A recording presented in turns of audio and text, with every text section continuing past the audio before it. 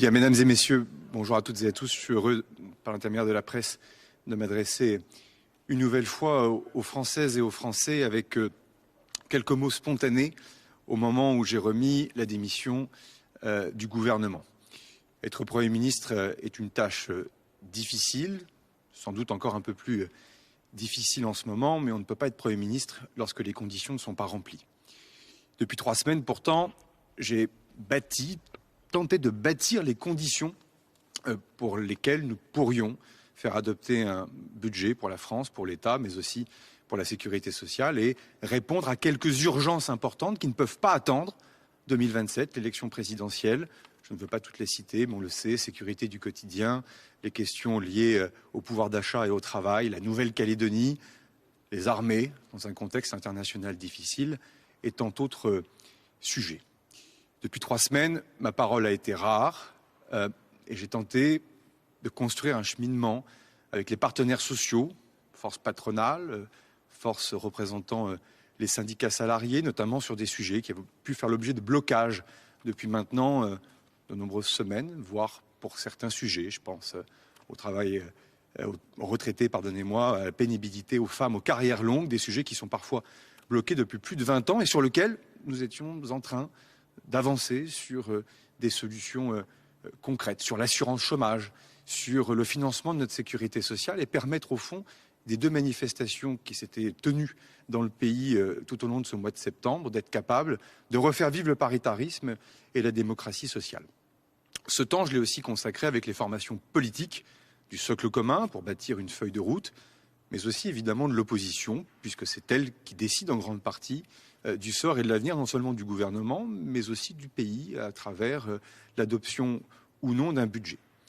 Ces consultations officielles, parfois plus discrètes, nous ont permis d'avancer sur un certain nombre de sujets. Je l'avais dit vendredi matin, dans le secret du bureau, les langues se délient et les lignes rouges deviennent oranges et parfois vertes, avec parfois évidemment quelques lignes qui bougent sur l'assurance chômage, sur la question de la justice fiscale ou encore sur la question des retraites. Avec néanmoins toujours ce sentiment que la ligne se recule à chaque fois que nous avancions, mais de cela aussi j'y reviendrai dans un instant. Et puis j'en suis arrivé à la conclusion vendredi dernier qu'au fond, le Parlement devait toujours avoir le dernier mot, que l'article 49 alinéa 3 de la Constitution était un moyen de contraindre sa majorité dans l'esprit du constituant, notamment de Michel Debré et du général de Gaulle, et que cela ne servait à rien de donner l'impression que les débats n'iraient pas jusqu'au bout. En ce lundi matin, les conditions n'étaient plus remplies pour que je puisse exercer ces fonctions de Premier ministre et permettre au gouvernement d'aller devant l'Assemblée nationale demain. Pour 3 raisons.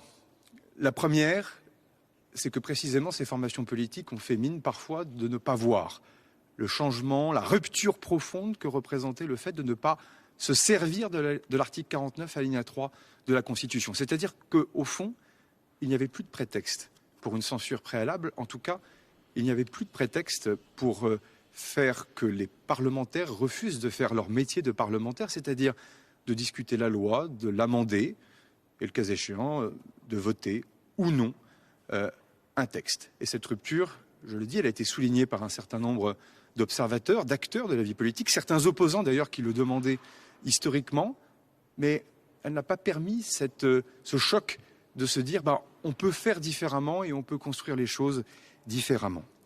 La deuxième des choses, c'est que les partis politiques continuent d'adopter une posture comme s'ils avaient tous la majorité absolue à l'Assemblée nationale. Et au fond, je me suis retrouvé dans une situation dans laquelle j'étais prêt à des compromis, mais chaque parti politique veut que l'autre parti politique adopte l'intégralité de son programme. C'est vrai des formations parfois du socle commun, c'est vrai aussi des oppositions. Or, nous l'avons dit, pas de coalition large, c'est un choix qui a été fait par les différentes formations politiques de l'opposition, de ne pas venir avec le socle commun au gouvernement, mais de permettre les débats et d'organiser ensuite les compromis, sachant que les compromis ne sont pas la compromission. Mais pour cela, évidemment, il faut changer d'état d'esprit et ne pas vouloir appliquer l'intégralité de son projet et de son programme. La troisième des choses, c'est que La composition du gouvernement au sein du socle commun n'a pas été fluide et a donné lieu au réveil de quelques appétits partisans, parfois non sans lien, c'est d'ailleurs très légitime, avec la future élection présidentielle. Je le dis, ou je le redis, si ce moment est le moment le plus parlementaire de la Ve République, en aucun cas il faut revoir vivre ici les mauvais moments de la Quatrième République. Et que donc, par définition, la construction d'un gouvernement se fait en fonction de la Constitution, sur proposition du Premier ministre, nommé par le Président de la République. Le dernier message que je veux dire aux Français, c'est qu'au fond, et c'est un message véritablement d'espoir et d'optimisme, de caractère, je ne le suis pas toujours, mais il suffirait de peu pour que ça fonctionne. J'avais dit ici même, on va y arriver, et je veux le redire, dans le secret des échanges que j'ai pu avoir, il suffirait de peu pour que l'on puisse y arriver. En étant plus désintéressé, pour beaucoup, en sachant aussi faire preuve d'humilité, peut-être aussi un peu parfois d'effacement de certains égos. Et je me suis employé, en tout cas je l'espère, à le faire. Ensuite, toujours avoir le sens de l'intérêt général et du fond. Ce qui compte, c'est ce qu'on va faire, en ayant l'humilité de considérer que certaines choses peuvent être faites avant 2027, d'autres choses seront faites ensuite, pendant le débat de l'élection présidentielle. Et au fond, il y a beaucoup de lignes rouges dans la bouche de beaucoup, en tout cas de certains, pas de tous, pas de tous. Il y a rarement des lignes vertes. Or, le principe même de bâtir un compromis entre les formations politiques, c'est d'être capable justement de conjuguer des lignes vertes et de tenir compte d'un certain nombre de lignes rouges. Mais on ne peut pas être dans les deux extrêmes, et certaines formations politiques de l'opposition l'ont compris, et je tiens à les remercier. Désormais, il faut que l'on puisse avancer, en tout cas que celles et ceux qui veulent trouver un chemin pour le pays puissent avancer.